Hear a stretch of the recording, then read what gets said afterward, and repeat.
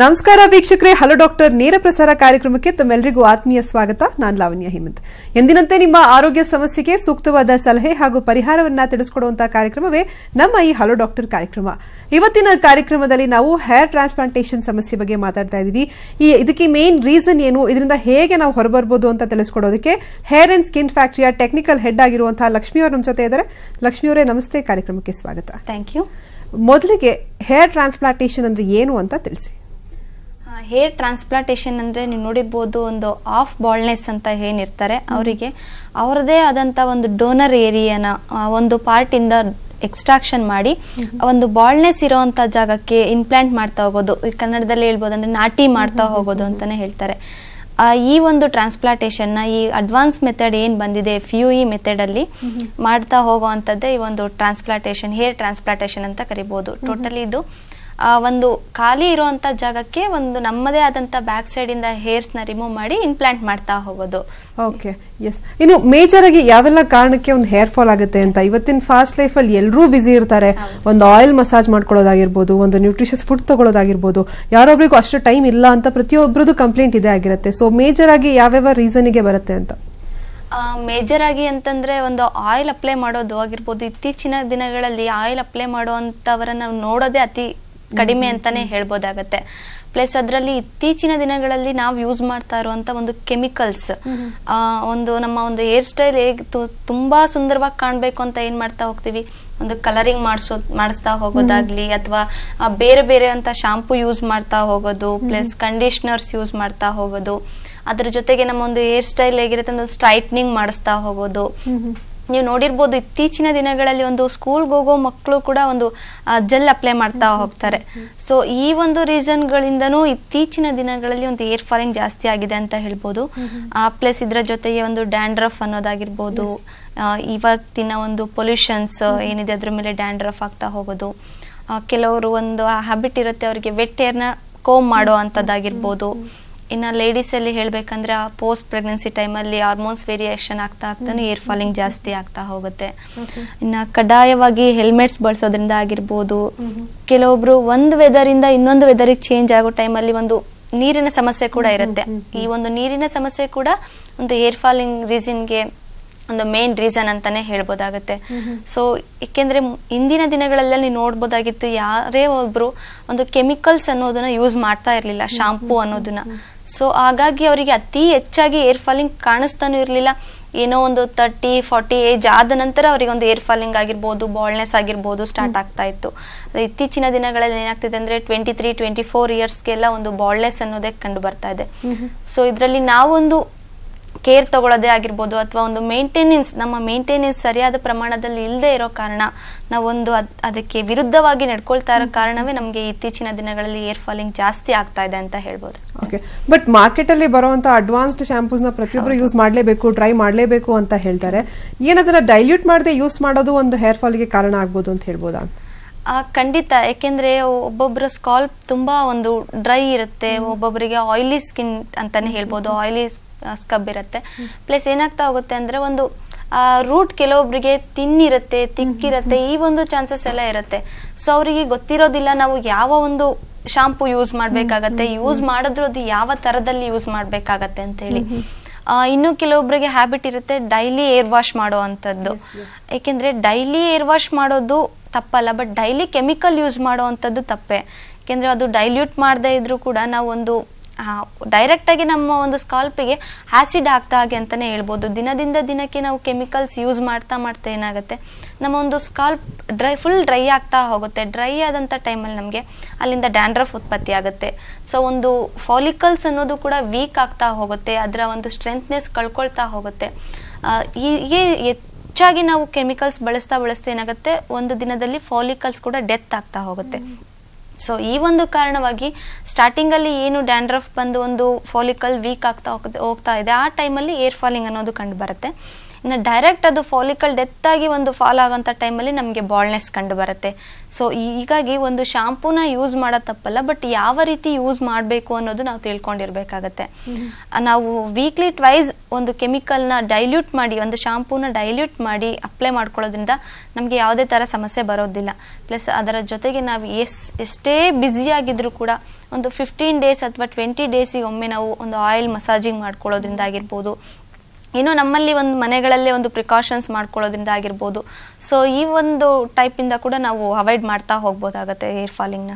Okay, ಇನ್ನು ಒಂದು open hair ಬಿಟ್ಕೊಂಡು ಬೈಕಲ್ಲಿ ಹೋಗುವಂಥದ್ದಾಗಿರ್ಬೋದು, ಆಚೆ ಒಂದು ಪೊಲ್ಯೂಟೆಡ್ ಏರ್ ಅಲ್ಲಿ ಹೋಗುವಂಥದ್ದಾಗಿರ್ಬೋದು, ಅದು ಕೂಡ ಮೇನ್ ಆಗಿ ಸ್ಕಲ್ಪಲ್ಲಿ ನಮಗೆ ಡ್ಯಾಂಡ್ರಫ್ ಆಗಿ ಟರ್ನ್ ಆಗುತ್ತೆ ಅಂತ ಹೇಳ್ತಾರೆ.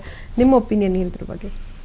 ನೀವು ನೋಡಿರ್ಬೋದು, ಫ್ರೀ ಏರ್ ಬಿಟ್ಟಂತ ಟೈಮಲ್ಲಿ ಒಂದು ಗಾಳಿಗೆ ಅದು ಕೂದಲು ಗಂಟಾಗಿರುತ್ತೆ ಅಂತಾನೆ ಹೇಳ್ಬೋದು.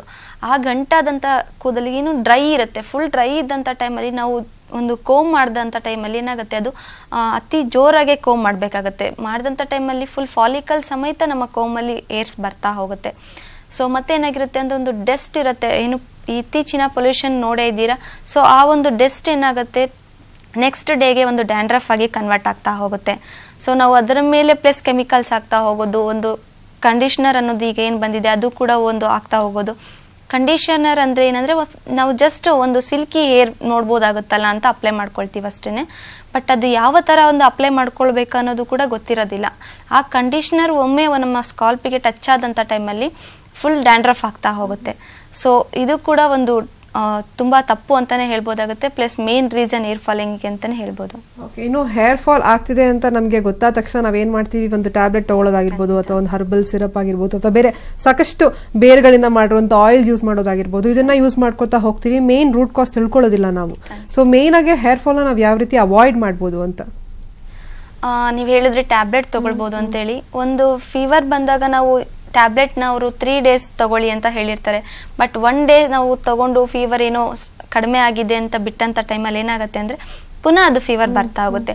ಸೊ ಏರ್ ಫಾಲಿಂಗಲ್ಲೂ ಇದೇ ಥರ ರೀಸನ್ ಆಗುತ್ತೆ. ಒಂದು ಟ್ಯಾಬ್ಲೆಟ್ ಆಗಿರ್ಬೋದು, ಒಂದು ಆಯಿಲ್ ಆಗಿರ್ಬೋದು, ನಾವು ಎಷ್ಟು ದಿನಗಳ ಕಾಲ ಅಪ್ಲೈ ಮಾಡ್ತಾ ಹೋಗ್ತೀವೋ ಅಥವಾ ಎಷ್ಟು ದಿನಗಳ ಕಾಲ ಒಂದು ಟ್ಯಾಬ್ಲೆಟ್ ತಗೊಳ್ತಾ ಹೋಗ್ತೀವೋ ಅಷ್ಟು ದಿನಗಳ ಕಾಲ ನಾವು ಏರ್ ಫಾಲಿಂಗ್ ಅವಾಯ್ಡ್ ಮಾಡ್ತಾ ಹೋಗ್ಬೋದಾಗುತ್ತೆ. ಸೊ ಬಿಟ್ಟಂಥ ಟೈಮಲ್ಲಿ ಏನಾಗುತ್ತೆ ಅಂದರೆ ಅದು ಇನ್ನೂ ಜಾಸ್ತಿ ಏರ್ ಫಾಲ್ ಆಗ್ತಾ ಸ್ಟಾರ್ಟ್ ಆಗುತ್ತೆ. ಸೊ ಇದೆಲ್ಲ ನಮ್ಗೆ ಏನಾಗುತ್ತೆ, ಪರ್ಮನೆಂಟ್ ಟ್ರೀಟ್ಮೆಂಟ್ ಆಗಿ ಸಿಗೋದಿಲ್ಲ. ಸೊ ಫಸ್ಟ್ ನಾವೇನು ಮಾಡಬೇಕಾಗತ್ತೆ, ನಮ್ಮಲ್ಲಿ ಯಾವ ಒಂದು ಕಾರಣಕ್ಕೆ ಒಂದು ಏರ್ ಫಾಲಿಂಗ್ ಆಗ್ತಾ ಇದೆ ಅಂತ ತಿಳ್ಕೊಂಡು ನಮ್ಮಲ್ಲಿರುವಂಥ ಯಾವ ಅಂಶ ಕಡಿಮೆ ಆಗಿದೆ, ಏರ್ ಫಾಲಿಂಗ್ ರೂಟ್ಸ್ ಸ್ಟ್ರಾಂಗ್ ಆಗಿದೆಯಾ ಅಥವಾ ವೀಕ್ ಆಗ್ತಾ ಇದೆಯಾ, ಅದಕ್ಕೆ ಯಾವ ಒಂದು ಪ್ರಮಾಣದ ಮಟ್ಟಿಗೆ ಒಂದು ಯಾವ ಅಂಶ ಬೇಕಾಗಿರುತ್ತೆ ಮುಖ್ಯವಾಗಿ ಅಂತ ತಿಳ್ಕೊಳ್ತಾ ನಾವು ಆ ಒಂದು ಟ್ರೀಟ್ಮೆಂಟ್ ತಗೊಳ್ಳೋದ್ರ ಜೊತೆಗೆ ಅವಾಯ್ಡ್ ಮಾಡ್ಬೋದಾಗತ್ತೆ ಕಂಪ್ಲೀಟಾಗಿ. ಹೊರತು ಯಾವುದೇ ಥರ ಆಯಿಲಿಂದ ಆಗಿರ್ಬೋದು, ಟ್ಯಾಬ್ಲೆಟ್ಸಿಂದ ಆಗಿರ್ಬೋದು ಅವಾಯ್ಡ್ ಮಾಡಲಿಕ್ಕೆ ಆಗೋದಿಲ್ಲ. ಓಕೆ, ಇನ್ನು ನಾವು ಪದೇ ಪದೇ ಈ ಒಂದು ಮಾಡರ್ನೈಸ್ಡ್ ಲೈಫನ್ನೇ ತುಂಬಾ ಅಳವಡಿಸ್ಕೊಳ್ತಾ ಇರೋದ್ರಿಂದ ಹೇರ್ ಕಲರಿಂಗ್ ಆಗಿರ್ಬೋದು, ಹೇರ್ ಕರ್ಲ್ಸ್, ಹೇರ್ ಸ್ಟ್ರೈಟ್ನಿಂಗ್ಗೆ ತುಂಬಾನೇ ಮಾರು ಹೋಗ್ತಾ ಇದೀವಿ ಅಂತ. ಇನ್ನು ಕಲರಿಂಗ್ ಮಾಡ್ತಾ ಮಾಡ್ತಾ ಹೇರ್ ಸಾಕಷ್ಟು ಜನಕ್ಕೆ ಗ್ರೇ ಆಗಿ ಟರ್ನ್ ಆಗ್ತಿರುತ್ತೆ. ಅದನ್ನ ಅವಾಯ್ಡ್ ಮಾಡೋದಕ್ಕೆ ಮತ್ತೊಂದ್ಸಲ ಕಲರಿಂಗ್ ಮಾಡಿಸ್ಕೋತಾರೆ. ಸೊ ಇದು ಎಷ್ಟು ಹೇರ್ನ ಡ್ಯಾಮೇಜ್ ಮಾಡುತ್ತೆ ಅಂತ?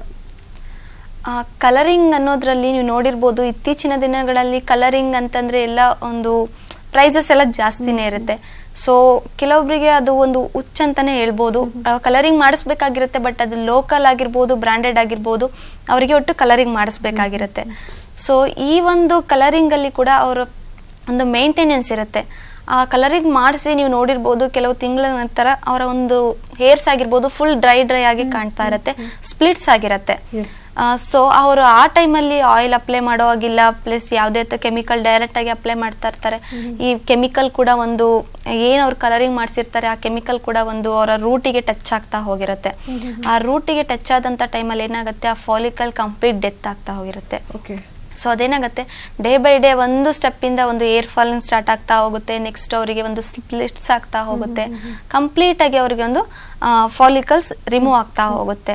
ಸೊ ಈ ಒಂದು ಕಾರಣಕ್ಕೆ ಕಲರಿಂಗ್ ಯಾರೆಲ್ಲ ಮಾಡಿಸ್ತೀರಾ, ಒಳ್ಳೆ ಕ್ವಾಲಿಟಿಯ ಒಂದು ಕಲರಿಂಗ್ ಮಾಡಿಸೋದ್ರ ಜೊತೆಗೆ ಯಾರಿಗೆ ಆ ಕಂಪ್ಲೀಟ್ ಪ್ರೊಸೆಸಿಂಗ್ ಸರಿಯಾಗಿ ಗೊತ್ತಿರತ್ತೋ ಆ ಒಂದು ಪ್ರೊಸೆಸಿಂಗ್ ಪ್ರಕಾರ ಒಂದು ಮೇಂಟೆನೆನ್ಸ್ನ ತಿಳ್ಕೊಂಡು ಕಲರಿಂಗ್ ಮಾಡಿಸಿದ ನಂತರ ಅದಕ್ಕೆ ಯಾವ ಥರದೆಲ್ಲ ಮೇಂಟೆನೆನ್ಸ್ ಮಾಡಬೇಕು ಅಂತ ಆ ಒಂದು ಫಾಲೋಅಪ್ ಮಾಡ್ಕೊಂಡು ಹೋದ್ರೆ ನಾವು ನಮಗೆ ಈ ಕಲರಿಂಗ್ ಮಾಡಿಸೋದ್ರಿಂದ ಆಗಿರ್ಬೋದು, ಸ್ಟ್ರೈಟ್ನಿಂಗ್ ಮಾಡಿಸಿರೋದ್ರಿಂದ ಆಗಿರ್ಬೋದು ಯಾವುದೇ ಥರ ಪ್ರಾಬ್ಲಮ್ ಉಂಟಾಗೋದಿಲ್ಲ.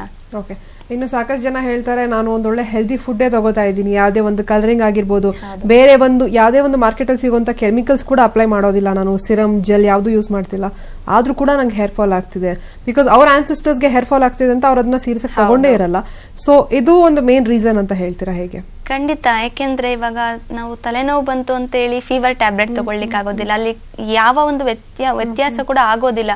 ಯಾಕೆಂದ್ರೆ ನಮ್ಮಲ್ಲಿ ಯಾವ ಒಂದು ಪ್ರಮಾಣದಲ್ಲಿ ಏರ್ ಫಾಲ್ ಆಗ್ತಾ ಇದೆ, ಯಾವ ಕಾರಣಕ್ಕೋಸ್ಕರ ಆಗ್ತಾ ಇದೆ ಅಂತ ತಿಳ್ಕೊಂಡು ನಾವು ಅದಕ್ಕೆ ಟ್ರೀಟ್ಮೆಂಟ್ ತಗೊಳ್ಬೇಕಾಗತ್ತೆ ಹೊರತು ಯಾರೋ ಫ್ರೆಂಡ್ ಹೇಳಿದ್ದಾರೆ ಏರ್ ಫಾಲ್ ಆಗ್ತಾ ಇದೆ, ಈ ಶಾಂಪು ಯೂಸ್ ಮಾಡೋದ್ರಿಂದ ಫುಲ್ ಅವಾಯ್ಡ್ ಆಗುತ್ತೆ, ಅಥವಾ ಒಂದು ಮೆಡಿಕಲಲ್ಲಿ ಆಯಿಲ್ ಬಂದಿದೆ ಆಯಿಲ್ ಅಪ್ಲೈ ಮಾಡೋದ್ರಿಂದ ಅವಾಯ್ಡ್ ಆಗುತ್ತೆ ಅಂತೇಳಿ ನಾವು ಅಪ್ಲೈ ಮಾಡ್ಕೊಳ್ತಾ ಹೋದರೆ ನಾವು ಎಷ್ಟು ದಿನಗಳ ಕಾಲ ಅಪ್ಲೈ ಮಾಡ್ತಾ ಹೋಗ್ಬೇಕಂದ್ರೆ ಒಂದು ಲೈಫ್ ಟೈಮ್ ಅಂತಾನೆ ಹೇಳ್ಬೋದಾಗತ್ತೆ.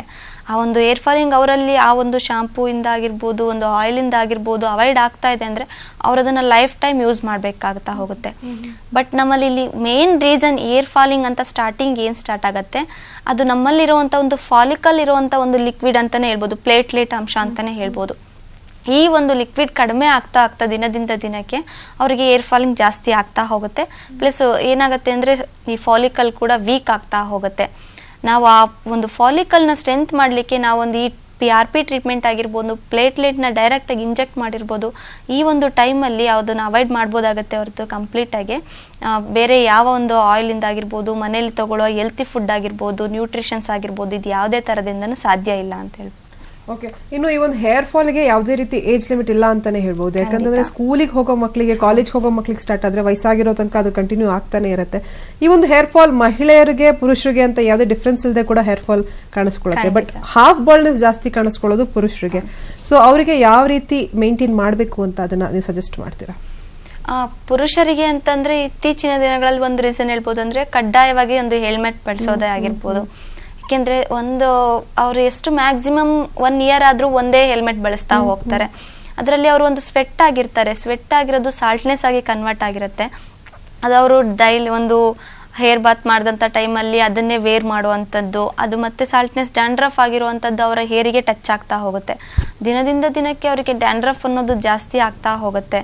ಬಟ್ ಇನ್ನೊಂದು ಏನಂತಂದ್ರೆ ಅವರು ಡೈಲಿ ಏರ್ ವಾಶ್ ಮಾಡೋದ್ರಿಂದ ಆಗಿರ್ಬೋದು, ಡೈಲಿ ಕೆಮಿಕಲ್ಸ್ ಯೂಸ್ ಮಾಡೋದ್ರಿಂದ ಆಗಿರ್ಬೋದು, ಇನ್ನು ಕೆಲವರು ಕಂಪನಿಗಳಲ್ಲಿ ಒಂದು AC ಯೂಸ್ ಮಾಡ್ತಾ ಹೋಗ್ತಾರೆ, AC ಇಂದ ಕೂಡ ನಮಗೆ ಏರ್ ಫಾಲಿಂಗ್ ಸ್ಟಾರ್ಟ್ ಆಗ್ತಾ ಹೋಗುತ್ತೆ. ಸೊ ಹೀಗಾಗಿ ಅವರಲ್ಲಿ ಒಂದು ಜಾಸ್ತಿ ಏರ್ ಫಾಲಿಂಗ್ ಕಾಣಿಸ್ತಾ ಹೋಗುತ್ತೆ. ಪ್ಲಸ್ ಇನ್ನೊಂದು ಹೆರಿಡಿಟಿ ಅಂತ ಒಂದು ಬರೋದು ತುಂಬಾ ಜೆಂಟ್ಸ್ಗೆ ಅಂತಾನೆ ಹೇಳ್ಬೋದು ಜಾಸ್ತಿ ಅಂತ.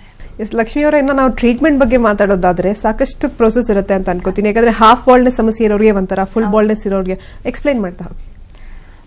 ಏರ್ ಫಾಲಿಂಗ್ ಅಂತ ಬಂದಂತ ಟೈಮಲ್ಲಿ ಒಂದು ಈ ಸ್ಟಾರ್ಟಿಂಗ್ ಸ್ಟೇಜಲ್ಲಿ ಏನು ಬರ್ತಾರೆ ಅವರಿಗೆ ನಾನು ಹೇಳಿದೆ PRP ಅಂತ ಹೇಳ್ತಾ ಇದ್ದೆ, ಆ ಟ್ರೀಟ್ಮೆಂಟ್ ನಾವು ಸಜೆಸ್ಟ್ ಮಾಡ್ಬೋದಾಗತ್ತೆ. ಜೊತೆಗೆ ಹಾಫ್ ಬಾಲ್ನೆಸ್ಗಿಂತ ಮುಂಚೆ ನೀವು ನೋಡಿರ್ಬೋದು ಕೆಲವೊಬ್ಬರಿಗೆ ತುಂಬ ಚೆನ್ನಾಗಿ ಹೇರ್ಸ್ ಇರುತ್ತೆ, ಬಟ್ ಅದು ಎಷ್ಟೇ ದಿನಗಳು ಅವ್ರು ನೋಡ್ತಾ ಇದ್ರು ಒಂದೇ ಗ್ರೋತಿಂಗ್ ಲೆವೆಲಲ್ಲೇ ಇರುತ್ತೆ, ಬಟ್ ಗ್ರೋತ್ ಆಗ್ತಾನೆ ಇರೋದಿಲ್ಲ. ಯಾವ ಕಾರಣದಿಂದ ಅಂದರೆ ಅವರಲ್ಲಿ ಒಂದು ಬ್ಲಡ್ ಸರ್ಕ್ಯುಲೇಷನ್ ಸ್ಕಾಲ್ಪಲ್ಲಿ ಒಂದು ಕರೆಕ್ಟ್ ಆದ ಪ್ರಮಾಣದಲ್ಲಿ ಆಗ್ತಾ ಇರೋದಿಲ್ಲ. ಸೊ ಆ ಒಂದು ಕಾರಣಕ್ಕೆ ಅವರಲ್ಲಿ ಒಂದು ಸ್ಕಾಲ್ಪಲ್ಲಿ ಏನು ರೂಟಿನ ಮಧ್ಯೆ ಒಂದು ಬ್ಲಡ್ ಕ್ಲಾಟ್ ಅಂತ ಆಗಿರುತ್ತೆ. ಸೊ ಅಂತ ಟೈಮಲ್ಲಿ ಏನಾಗುತ್ತೆ ಅಂದ್ರೆ ಅದು ಗ್ರೋತ್ ಆಗ್ಲಿಕ್ಕೆ ಸಪೋರ್ಟ್ ಮಾಡ್ತಾ ಇರೋದಿಲ್ಲ. ಇದರ ಜೊತೆಗೆ ನಾವು PRP ಜೊತೆಗೆ ನಾವು ಡರ್ಮೋರೋಲರ್ ಅಂತ ಇರುತ್ತೆ, ಅದೊಂದು ಮಲ್ಟಿಪಲ್ ನೀಡಲ್ಸ್ ಅಂತಾನೆ ಹೇಳ್ಬೋದು. ಆ ಒಂದು ಡರ್ಮೋರೋಲರ್ ಇಂದ ನಾವು ಒಂದು ಸ್ಕಾಲ್ಪ್ನ ರಬ್ ಮಾಡಿದಂತ ಟೈಮಲ್ಲಿ ಅಥವಾ ಮಸಾಜಿಂಗ್ ಟೈಪ್ ಮಾಡಿದಂಥ ಟೈಮಲ್ಲಿ ಏನಾಗುತ್ತೆ ಅಂದರೆ ಆ ಒಂದು ಸ್ಕಾಲ್ಪ್ ಒಂದು ಓಪನ್ ಆಗ್ತಾ ಹೋಗುತ್ತೆ. ಓಪನ್ ಆದಂಥ ಟೈಮಲ್ಲಿ ಆ ಕ್ಲಾಟೆಡ್ ಆಗಿರೋ ಬ್ಲಡ್ ಹೊರಗಡೆ ಬರ್ತಾ ಹೋಗುತ್ತೆ. ಆ ಒಂದು ಹೊರಗಡೆ ಬಂದಂಥ ಬ್ಲಡ್ ಏನಾಗುತ್ತೆ ಅಂತಂದರೆ ಅವರ ಒಂದು ಬ್ಲಡ್ ಸರ್ಕ್ಯುಲೇಷನ್ಗೆ ಹೆಲ್ಪ್ ಮಾಡ್ತಾನೆ ಹೋಗುತ್ತೆ. ಸೊ ಅವ್ರಿಗೆ ಗ್ರೋತಿಂಗ್ ನೆಕ್ಸ್ಟ್ ಇಂದ ಹೆಲ್ಪ್ ಆಗ್ತಾ ಹೋಗುತ್ತೆ. ಸೊ ಇದು ಒಂದು PRP ಜೊತೆಗೆ ಏರ್ ಫಾಲಿಂಗ್ ಅಂತ ಏನು ಬಂದಿರ್ತಾರೆ ಇಂಥವರಿಗೆ ಒಂದು PRP ಪ್ಲಸ್ ಡರ್ಮೋರೋಲ್ ಅಂತಾನೆ ಇದೆ. ಇನ್ನು ನೀವು ಹೇಳ್ತಾ ಇದ್ರಿ ಆಫ್ ಬಾಲ್ನೆಸ್ ಅಂತ ಹೇಳಿ, ಆಫ್ ಬಾಲ್ನೆಸ್ ಅಂತ ಬಂದವರಿಗೆ ಮಾಮೂಲಿಯಾಗಿ ಏರ್ ಟ್ರಾನ್ಸ್ಪ್ಲಾಂಟೇಷನ್ನೇ ಮಾಡಿಸ್ಬೋದಾಗತ್ತೆ. ಅವರ ಒಂದು ನ್ಯಾಚುರಲ್ ಏರ್ ಮುಂಚಿತವಾಗಿ ಒಂದು ಹೇರ್ ಸ್ಟೈಲ್ ಯಾವ ರೀತಿ ಇತ್ತು ಅದೇ ರೀತಿಯಲ್ಲಿ ನಾವು ಅವರಿಗೆ ಒಂದು ಟ್ರೀಟ್ಮೆಂಟ್ ಮಾಡ್ಬೋದಾಗತ್ತೆ. ಇನ್ನ ಇದರಲ್ಲಿ ಕಂಪ್ಲೀಟ್ ಬಾಲ್ನೆಸ್ ಇರ್ತಾರೆ. ಕಂಪ್ಲೀಟ್ ಬಾಲ್ನೆಸ್ಗೂ ಮುಂಚೆ ಒಂದು 80% ಅಷ್ಟು ಬಾಲ್ನೆಸ್ ಆಗಿರ್ತಾರೆ, ಇನ್ನ 20% ಅವ್ರಿಗೆ ಡೋನರ್ ಏರಿಯಾ ಇರುತ್ತೆ. ಅಂತವ್ರು ಕೂಡ ಹೇರ್ ಟ್ರಾನ್ಸ್ಪ್ಲಾಂಟೇಷನ್ ಮಾಡಿಸ್ಕೊಳ್ಬೋಗುತ್ತೆ. ಯಾಕೆಂದ್ರೆ ಅವರ ಬಿಯರ್ಡ್ ಅಲ್ಲಿ ಆಗಿರ್ಬೋದು, ಒಂದು ಬೆನ್ನಿನ ಭಾಗದಲ್ಲಿ ಆಗಿರ್ಬೋದು, ತುಂಬಾ ದಟ್ಟವಾದಂತ ಹೇರ್ಸ್ ಕಾಣಿಸ್ತಾ ಇರುತ್ತೆ. ಸೊ ಅಂತ ಒಂದು ಪಾರ್ಟ್ ಅಲ್ಲಿ ಕೂಡ ನಾವು ಎಕ್ಸ್ಟ್ರಾಕ್ಷನ್ ಮಾಡಿ ಇಂಪ್ಲಾಂಟೇಶನ್ ಮಾಡ್ತಾ ಹೋಗ್ಬೋದು. ಓಕೆ, ಇದು ಟ್ರೀಟ್ಮೆಂಟ್ ಹೇಗೆ ಪೇನ್ಫುಲ್ ಆಗಿರತ್ತಾ, ಅಥವಾ ಈಗ ಸಾಕಷ್ಟು ಜನ ಹೇಳ್ತಾರೆ ಸರ್ಜರಿ ಅಂದ್ರೇನೆ ಸ್ವಲ್ಪ ಭಯ ಆಗುತ್ತೆ, ತುಂಬಾ ನೋವಾಗುತ್ತೆ, ಇನ್ನು ನಾವು ಅದು ಸ್ಕ್ಯಾಲ್ಪಿಂಗ್ ಮಾಡಿಸ್ಕೊತಿದೀವಿ ಅಂದ್ರೆ ಸಾಕಷ್ಟು ಜನ ಒಂದ್ ಸ್ವಲ್ಪ ಹಿಂದೆನೆ ಉಳಿತಾರೆ ಅಂತ ಹೇಳ್ಬೋದು. ಸೊ ಹೇಗೆ ಟ್ರೀಟ್ಮೆಂಟ್?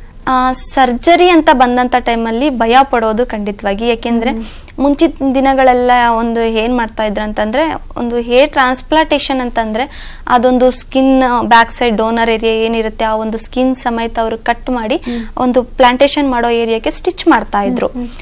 ಸೊ ಆ ಒಂದು ಟ್ರೀಟ್ಮೆಂಟ್ ಹೇಗಿರ್ತಿತ್ತು ಅಂದ್ರೆ ಒಂದು ಲೈಫ್ ಲಾಂಗ್ ಪೇನ್ಫುಲ್ ಅಂತಾನೆ ಹೇಳ್ಬೋದಾಗತ್ತೆ.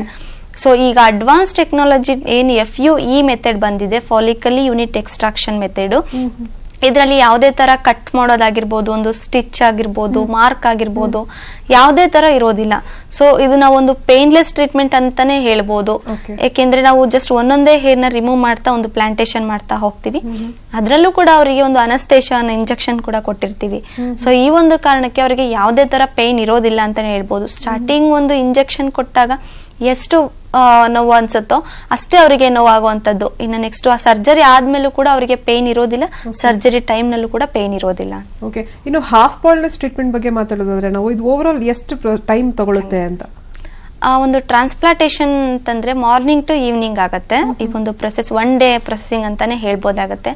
ಯಾಕೆಂದ್ರೆ ಇದರಲ್ಲಿ 2 ಪಾರ್ಟ್ ಬರುತ್ತೆ. ಒಂದು ಎಕ್ಸ್ಟ್ರಾಕ್ಷನ್ ಮಾಡೋದು ಅಂತೇಳಿ, ಡೋನರ್ ಏರಿಯಾ ಇಂದ ಫಸ್ಟ್ ನಾವು ಹೇರ್ಸ್ ನ ರಿಮೂವ್ ಮಾಡ್ಕೊಳ್ಬೇಕಾಗತ್ತೆ. ಮಧ್ಯದಲ್ಲಿ ಅವರಿಗೆ ಗ್ಯಾಪ್ ಆಗಿರ್ಬೋದು ಅಥವಾ ಒಂದು ಲಂಚ್ ಬ್ರೇಕ್ ಆಗಿರ್ಬೋದು, ರೆಸ್ಟ್ ಕೊಟ್ಟು ಮತ್ತೆ ಅವ್ರಿಗೆ ಇಂಪ್ಲಾಂಟೇಶನ್ ಟೈಮ್ ಸ್ಟಾರ್ಟ್ ಮಾಡಿದಂತಲ್ಲಿ ಟೋಟಲ್ ಒಂದು ಎಕ್ಸ್ಟ್ರಾಕ್ಷನ್ ಆಗಿರ್ಬೋದು 3 ಅವರ್ಸ್ ಟೈಮ್ ತಗೊಳುತ್ತೆ ಮ್ಯಾಕ್ಸಿಮಮ್. ಅಂದ್ರೆ ಇಂಪ್ಲಾಂಟೇಶನ್ಗೆ 3 ಅವರ್ಸ್ ಟು 3.5 ಅವರ್ಸ್ ಟೈಮ್ ತಗೊಳುತ್ತೆ. Totally 7 hours processing. ಇನಿಷಿಯಲಿ ಒಬ್ರು ಪೇಷಂಟ್ ನಿಮ್ಮ ಹತ್ರ ಒಂದು ಹೇರ್ ಫಾಲ್ ಆಗ್ತಿದೆ ಅಂತ ಬಂದಾಗ ಅವ್ರನ್ನ ಯಾವ ರೀತಿ ಅನಾಲಿಸಿಸ್ ಮಾಡ್ತೀರಾ ನೀವು? ಒಂದು ಕನ್ಸಲ್ಟೇಷನ್ಗೆ ಅಂತ ಬಂದಂತ ಒಂದು ಕ್ಲೈಂಟಿಗೆ ನಾವು ಏನ್ ಮಾಡ್ತೀವಿ ಅಂತಂದ್ರೆ, ಜಸ್ಟ್ ಅವರ ಒಂದು ಸ್ಕಾಲ್ಪ್ ಅನಲೈಸ್ ಮಾಡ್ಬೇಕಾಗತ್ತೆ, ಯಾವ ಒಂದು ಪ್ರಮಾಣದಲ್ಲಿ ಅವರಿಗೆ ಏರ್ ಫಾಲಿಂಗ್ ಇದೆ ಅಂತ ಹೇಳಿ.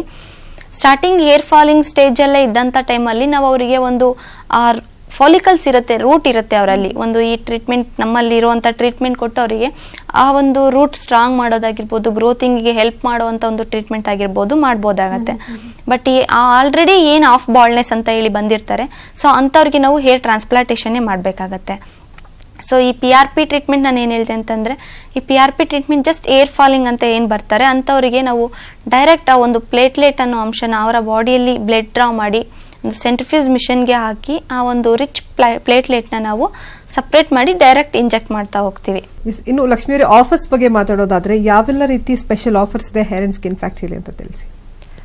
ಆಫರ್ಸ್ ಅಂತ ಹೋದ್ರೆ, ಈಗ ಒಂದು ಹೇರ್ ಟ್ರಾನ್ಸ್ಪ್ಲಾಂಟೇಶನ್ ಅಲ್ಲಿ ಒಂದು ಗ್ರಾಫ್ಟಿಗೆ ಮ್ಯಾಕ್ಸಿಮಮ್ ನಾವು ತಿಳ್ಕೊಂಡಾಗೆ ಒಂದು 45-50 ರುಪೀಸ್ ಚಾರ್ಜ್ ಮಾಡ್ತಾ ಹೋಗ್ತಾರೆ.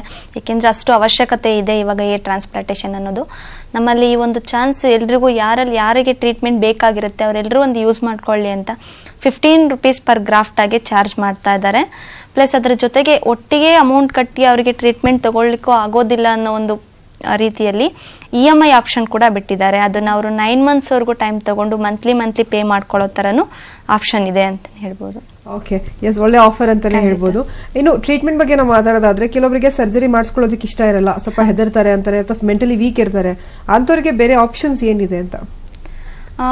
ಅವರು ಕಂಪ್ಲೀಟ್ ಆಗಿ ಒಂದು ನ್ಯಾಚುರಲ್ ಹೇರ್ ಬೇಡವೇ ಬೇಡ ಅಂತ ಹೇಳಿದಂತ ಟೈಮಲ್ಲಿ ನಾವು ಅವರಿಗೆ ಒಂದು ಹೇರ್ಸ್ ಬೇಕೇ ಬೇಕು, ನ್ಯಾಚುರಲ್ ಹೇರ್ ಬೇಡ ಅಂತಂದ್ರೆ ಸಿಲಿಕಾನ್ ಪ್ಯಾಚ್ ಅಂತ ಏನಿದೆ, ಈ ಸಿಲಿಕಾನ್ ಪ್ಯಾಚ್ ನ ನಾವು ಅವರಿಗೆ ಸಜೆಸ್ಟ್ ಮಾಡಬಹುದಾಗತ್ತೆ. ಸಿಲಿಕಾನ್ ಪ್ಯಾಚ್ ಪ್ರೋಸೆಸ್ ಹೇಗಿದೆ, ಇದ್ರಲ್ಲಿ ಟೈಪ್ಸ್ ಇದೆಯಾ ಹೇಗೆ ಅಂತ? ಖಂಡಿತ. ಸಿಲಿಕಾನ್ ಪ್ಯಾಚ್ ಅಂತಂದ್ರೆ ಒಬ್ಬೊಬ್ಬರಿಗೆ ಅವರ ಒಂದು ಇಷ್ಟದ ಪ್ರಕಾರ ತೆಗಿಲಿಕ್ಕೆ ಹಾಕ್ಲಿಕ್ಕೆ ಕೂಡ ಬೇಕಿರುತ್ತೆ. ಒಂದು ಫಂಕ್ಷನ್ ಎಲ್ಲಾದ್ರೂ ಹೋಗುವಾಗ ಏನಾದ್ರು ಆ ಒಂದು ಟೈಪ್ ಅವರಿಗೆ ನಮ್ಮಲ್ಲಿ ಕ್ಲಿಪ್ಪಿಂಗ್ ಅಂತ ಏನ್ ಹೇಳ್ತೀವಿ ಆ ತರ ಒಂದು ಸಿಲಿಕಾನ್ ಪ್ಯಾಚ್ ಇದೆ. ಇನ್ನ ಲೇಡೀಸ್ಗೆ ಅಂತಂದ್ರೆ, ಲೇಡೀಸ್ ಆಲ್ಮೋಸ್ಟ್ ಅಲ್ಲಿ ಸರ್ಜರಿಗೆ ಅಂತಂದ್ರೆ ತುಂಬಾ ಭಯ ಪಡ್ತಾ ಹೋಗ್ತಾರೆ. ಸೊ ಇಂಥವ್ರಿಗೆ ವಿವಿಂಗ್ ಅಂತ ಒಂದು ಅವರ ಒಂದು ಟೈಪ್ ಇದೆ ಲೇಡೀಸ್ಗೆ ಮಾಡುವಂಥದ್ದು. ಪ್ಲಸ್ ಈ ಗಮ್ಮಿಂಗ್ ಅನ್ನೋ ಒಂದು ಪ್ರೊಸೆಸಿಂಗ್ ಇದೆ. ಆಲ್ಮೋಸ್ಟ್ ಈ ಒಂದು ಸಿಲಿಕಾನ್ ಪ್ಯಾಚ್ ಅಲ್ಲಿ ಬರುವಂತವ್ರು ಒಂದು ಗಮ್ಮಿಂಗ್ಗೆ ಜಾಸ್ತಿ ಆಯ್ಕೆ ಮಾಡ್ಕೊಳ್ಳೋ ಅಂತದ್ದು. ಹೌದು, ಈ ಪ್ರೊಸೆಸಿಂಗ್ ಹೆಂಗಿರುತ್ತೆ ಅಂದ್ರೆ, ಅವರ ಒಂದು ಸ್ಕಾಲ್ಪಿಗೆ ನಾವು ಮ್ಯಾಚ್ ಆಗುವಂತ ಒಂದು ಗಮ್ ಅಪ್ಲೈ ಮಾಡಿ, ಒಂದು ಅವರ ಒಂದು ಯಾವ ಒಂದು ಸಿಲ್ಕಿ ಹೇರ್ ಚಾಯ್ಸ್ ಮಾಡಿರ್ತಾರೆ ಅಥವಾ ಒಂದು ಕರ್ಲಿ ಹೇರ್ ಚಾಯ್ಸ್ ಮಾಡಿರ್ತಾರೆ, ಆ ಒಂದು ಚಾಯ್ಸ್ ಅಲ್ಲಿ ಫಸ್ಟ್ ಅವರ ಒಂದು ಹೇರ್ ಸ್ಟೈಲ್ ಯಾವ ರೀತಿ ಇತ್ತು ಅದೇ ತರ ಒಂದು ಫಿಟ್ ಮಾಡ್ಕೊಡೋ ಅಂತದ್ದೇ ಹೇಳಿರ್ಬೋದು. ಪ್ಲಸ್ ಇದರಲ್ಲೂ ಕೂಡ ಮೇಂಟೆನೆನ್ಸ್ ಇರುತ್ತೆ, ಒಂದು ಶಾಂಪೂ ಕಂಡೀಷ್ನರ್ ಎಲ್ಲ ಯಾವ ರೀತಿ ಯೂಸ್ ಮಾಡ್ಬೇಕಂತ ಹೇಳಿ. ಪ್ಲಸ್ ಈ ಒಂದು ಮೇಂಟೆನೆನ್ಸ್ ಯಾವ ರೀತಿ ಮಾಡ್ತಾ ಹೋಗ್ತಾರೆ ಅವರು 100% ಅಲ್ಲಿ ಆ ಒಂದು ಪ್ಯಾಚ್ನ ಅವರು ತುಂಬಾ ದಿನಗಳ ಕಾಲನೇ ಮೇಂಟೈನ್ ಮಾಡ್ಬೋದಾಗತ್ತೆ. ಓಕೆ, ಇನ್ನು ಸರ್ಜರಿಗೆ ಸಂಬಂಧಪಟ್ಟಂಗೆ ಯಾವ್ದಾದ್ರು ಏಜ್ ಲಿಮಿಟ್ ಇದೆಯಾ? ಬಿಕಾಸ್ ಹೇರ್ ಫಾಲ್ ಅನ್ನೋದು 20 ಇಯರ್ಸ್ 18 ಇಯರ್ಸ್ ಇಂದನೇ ಸ್ಟಾರ್ಟ್ ಆಗ್ತಾ ಬರುತ್ತೆ. ವಯಸ್ಸಾದವ್ರಿಗೂ ಕೂಡ ಹೇರ್ ಫಾಲ್ ಆಗ್ತಿದೆ ಅನ್ನೋರು ತುಂಬಾ ಬ್ಯೂಟಿ ಕಾನ್ಶಿಯಸ್ ಇರೋರಿಗೆ ಈ ಒಂದು ಮೈಂಡ್ ಸೆಟ್ ಇರುತ್ತೆ. ಸೊ ಸರ್ಜರಿಗೆ ಏನಾದ್ರು ಏಜ್ ಲಿಮಿಟ್ ಇದೆಯಾ, ಈ ಒಂದು ಪರ್ಟಿಕ್ಯುಲರ್ ಟೈಮ್ ಅಲ್ಲೇ ಮಾಡಿಸ್ಕೋಬೇಕು ಅಂತ? ಈಗ ಅಡ್ವಾನ್ಸ್ ಟೆಕ್ನಾಲಜಿ ಮಾಡ್ತಾ ಇರೋದ್ರಿಂದ FUE ಮೆಥಡ್ ಇದರಲ್ಲಿ ನಾವು 23-24 ಇಯರ್ಸ್ ಇಂದನೂ ನಾವು ಸರ್ಜರಿ ಮಾಡ್ತಾ ಹೋಗ್ಬೋದಾಗತ್ತೆ. ಮ್ಯಾಕ್ಸಿಮಮ್ ಅಂತಂದ್ರೆ ಒಂದು ನಾರ್ಮಲ್ ಪರ್ಸನ್ ಯಾವುದೇ ತರ ಹೆಲ್ತ್ ಇಶ್ಯೂಸ್ ಇಲ್ದಲೆ ಯಾರು ಇರ್ತಾರೋ ಅವ್ರಿಗೆ ಒಂದು 80 to 85 ಇಯರ್ಸ್ ವರೆಗೂ ಸರ್ಜರಿ ಆಗುತ್ತೆ, ಟ್ರಾನ್ಸ್ಪ್ಲಾಂಟೇಶನ್ ಮಾಡಿಸಬಹುದಾಗತ್ತೆ. ಓಕೆ, ಸೊ ಯಾವುದೇ ಒಂದು ಭಯ ಇಲ್ಲದೆ, ಯಾವುದೇ ಒಂದು ಏಜ್ ಲಿಮಿಟ್ ಇಲ್ಲದೆ ಕೂಡ ಈ ಒಂದು ಸರ್ಜರಿ ಒಳಗೆ ಹೋಗ್ಬೋದು ಅಂತ ಹೇಳ್ತೀರಾ? ಎಸ್, ಇನ್ನು ಈ ಒಂದು ಸರ್ಜರಿ ಆದಂತ ಟೈಮಲ್ಲಿ ಡೂಸ್ ಅಂಡ್ ಡೋಂಟ್ಸ್ ಯಾವ ರೀತಿ ಒಂದು ಮೇಂಟೈನ್ ಮಾಡಬೇಕು ಪೇಷಂಟ್ಸ್ ಅಂತ? ಸರ್ಜರಿಗೂ ಮುಂಚೆ ಏನ್ ಕನ್ಸಲ್ಟೇಷನ್ಗೆ ಅಂತ ಹೇಳಿ ಬಂದಿರ್ತಾರೆ ಅಂತ ಟೈಮಲ್ಲಿ ನಾವು ಹೇಳಿರ್ತೀವಿ ಒಂದು ಬ್ಯಾಡ್ ಹ್ಯಾಬಿಟ್ಸ್ ಆಗಿರ್ಬೋದು ಏನಿದೆ ಅದೆಲ್ಲ ಸ್ಟಾಪ್ ಮಾಡ್ಬೇಕಾಗತ್ತೆ ಅಂತ ಹೇಳಿ. ಆಫ್ಟರ್ ಸರ್ಜರಿ ಕೂಡ ಒಂದು ಬ್ಯಾಡ್ ಹ್ಯಾಬಿಟ್ಸ್ ನ ಸ್ಟಾಪ್ ಮಾಡ್ಬೇಕಾಗಿರತ್ತೆ. ಪ್ಲಸ್ ಒಂದು 12 ಡೇಸ್ ಅವರು ತಲೆ ಸ್ನಾನ ಮಾಡೋ ಆಗಿರಲ್ಲ. ಪ್ಲಸ್ 12 ಡೇಸಿಗೆ ಕ್ಲಿನಿಕ್ಗೆ ಬಂದು ನಾವು ಅಲ್ಲೇ ಒಂದು ಯಾವ ರೀತಿ ವಾಶ್ ಮಾಡಬೇಕು ಅಂತ ಕೂಡ ತಿಳಿಸ್ಕೊಡ್ತೀವಿ. ಇನ್ನು ಒಂದು ಡೆಸ್ಟಿಗೆ ಹೋಗದೆ ಇರೋ ತರ ಅವಾಯ್ಡ್ ಮಾಡ್ಬೇಕಾಗತ್ತೆ. ಪ್ಲಸ್ ಒಂದು ಮೇಂಟೆನೆನ್ಸ್ ಮೆಡಿಕೇಶನ್ಸ್ ಏನ್ ಕೊಟ್ಟಿರ್ತೀವಿ ಅದನ್ನ ಜಸ್ಟ್ 1 ಮಂತ್ ಅವರು ಅದೇ ತರ ಫಾಲೋ ಮಾಡ್ಕೊಂಡು ಹೋದ್ರೆ ಅವ್ರಿಗೆ ಕಂಪ್ಲೀಟ್ ರಿಸಲ್ಟ್ ಅವ್ರು ನೋಡ್ತಾ ಹೋಗ್ತಾರೆ. ಓಕೆ, ಇನ್ನು ಕೆಲವೊಬ್ಬರಿಗೆ ಹಾಫ್ ಬಾಲ್ಡ್ ಸಮಸ್ಯೆ ಇರುತ್ತೆ, ಫುಲ್ ಬಾಲ್ಡ್ ಕಂಪ್ಲೀಟ್ ಬಾಲ್ಡ್ನೆಸ್ ಇಂದ ಕೂಡ ಬಳಲ್ತಾ ಇರ್ತಾರೆ. ಅಂತವ್ರಿಗೆ ನನಗೆ ಸೆಂಟರ್ಗೆ ಹೋಗಿ ಒಂದು ಟ್ರೀಟ್ಮೆಂಟ್ ಆಗಲಿ ಕನ್ಸಲ್ಟೇಟ್ ಮಾಡಕ್ ಆಗಲ್ಲ, ನಾನು ತುಂಬಾ ಬಿಸಿ ಇದ್ದೀನಿ ಅಂತ ಸಾಕಷ್ಟು ಅವರೇ ಸಫರ್ ಮಾಡ್ತಿರ್ತಾರೆ. ಅಂತವರಿಗೆ ನಿಮ್ಮ ಹೇರ್ ಅಂಡ್ ಸ್ಕಿನ್ ಫ್ಯಾಕ್ಟರಿಲಿ ಯಾವೊಂದು ಬೇರೆ ಆಪ್ಷನ್ ಇದೆ ಅಂತ? ಕನ್ಸಲ್ಟೇಷನ್ಗೆ ಕ್ಲಿನಿಕ್ಗೆ ಬರಬೇಕು ಅನ್ನೋ ಯಾವ ಚಾನ್ಸಸ್ ಇಲ್ಲ. ಏನಂದ್ರೆ ವಾಟ್ಸ್ಆಪ್ ಮುಖಾಂತರ ಅವರೊಂದು ಸ್ಕಾಲ್ ಪಿಕ್ ಸೆಂಡ್ ಮಾಡಿ ಕೊಟ್ಟಂತ ಟೈಮಲ್ಲಿ ನಾವು ಅದನ್ನ ಅಬ್ಸರ್ವ್ ಮಾಡಿ ಎಷ್ಟು ಗ್ರಾಫ್ಟ್ ಬೇಕಾಗತ್ತೆ, ಡೋನರ್ ಏರಿಯಾ ಎಷ್ಟು ಥಿಕ್ನೆಸ್ ಆಗಿದೆ ಅಂತೆಲ್ಲ ನೋಡಿ ಜಸ್ಟ್ ಒಂದು ಪ್ರೆಸೆಂಟ್ ಲೈವ್ ಆಗಿ ಬಂದಂತ ಒಂದು ಕನ್ಸಲ್ಟೇಷನ್ ಯಾವ ರೀತಿ ಮಾಡ್ತೀವೋ ಒಂದು ಕ್ಲೈಂಟ್ ಜೊತೆ ಫೋನ್ ನಲ್ಲಿ ಕೂಡ ಅದೇ ರೀತಿ ನಾವು ಅವರಿಗೆ ಒಂದು ಲೈವ್ ಸರ್ಜರಿ ತೋರಿಸೋದ್ರಿಂದ ಆಗಿರ್ಬೋದು, ರಿಸಲ್ಟ್ ಬಂದಿರೋರ್ನ ತೋರಿಸೋದಾಗಿರ್ಬೋದು, ಸೇಮ್ ಅವ್ರಿಗೂ ಕೂಡ ಅದೇ ರೀತಿಯಾಗಿ ಒಂದು ಕನ್ಸಲ್ಟೇಷನ್ ನಡೀತಾ ಹೋಗುತ್ತೆ. ಬರಲೇಬೇಕಾದಂತ ರೂಲ್ಸ್ ಇರೋದಿಲ್ಲ. ಓಕೆ, ಲಕ್ಷ್ಮಿ ಅವರೇ ಕಾರ್ಯಕ್ರಮಕ್ಕೆ ಬಂದು ಸಾಕಷ್ಟು ಉಪಯುಕ್ತ ಮಾಹಿತಿಯನ್ನು ತಿಳಿಸ್ಕೊಟ್ರಿ, ಧನ್ಯವಾದ. Thank you. ಎಸ್, ಇನ್ನು ವೀಕ್ಷಕರೇ ನೀವು ಕೂಡ ಈ ಕಾರ್ಯಕ್ರಮ ನೋಡ್ತಾ ಇದ್ದೀರಾ, ಸಾಕಷ್ಟು ವಿಷಯ ತಿಳ್ಕೊಂಡಿದ್ದೀರಾ ಅಂತ ಅನ್ಕೋತೀನಿ. ನಿಮ್ಮಲ್ಲೂ ಕೂಡ ಈ ಒಂದು ಸಮಸ್ಯೆಯಿಂದ ಬಳಲ್ತಾ ಇದ್ರೆ ಆದಷ್ಟು ಬೇಗ ನಿಮ್ಮ ಹತ್ತಿರದ ಹೇರ್ ಅಂಡ್ ಸ್ಕಿನ್ ಫ್ಯಾಕ್ಟರಿಗೆ ಭೇಟಿ ಕೊಟ್ಟು ನಿಮ್ಮ ಸಮಸ್ಯೆಗೆ ಸೂಕ್ತವಾದ ಪರಿಹಾರವನ್ನ ಕಂಡುಕೊಳ್ಳಿ ಅಂತ ಹೇಳ್ತಾ ಇವತ್ತಿನ ಹಲೋ ಡಾಕ್ಟರ್ ಕಾರ್ಯಕ್ರಮವನ್ನ ಇಲ್ಲಿಗೆ ಮುಕ್ತಾಯಗೊಳಿಸ್ತಾ ಇದ್ದೀನಿ. ಧನ್ಯವಾದ.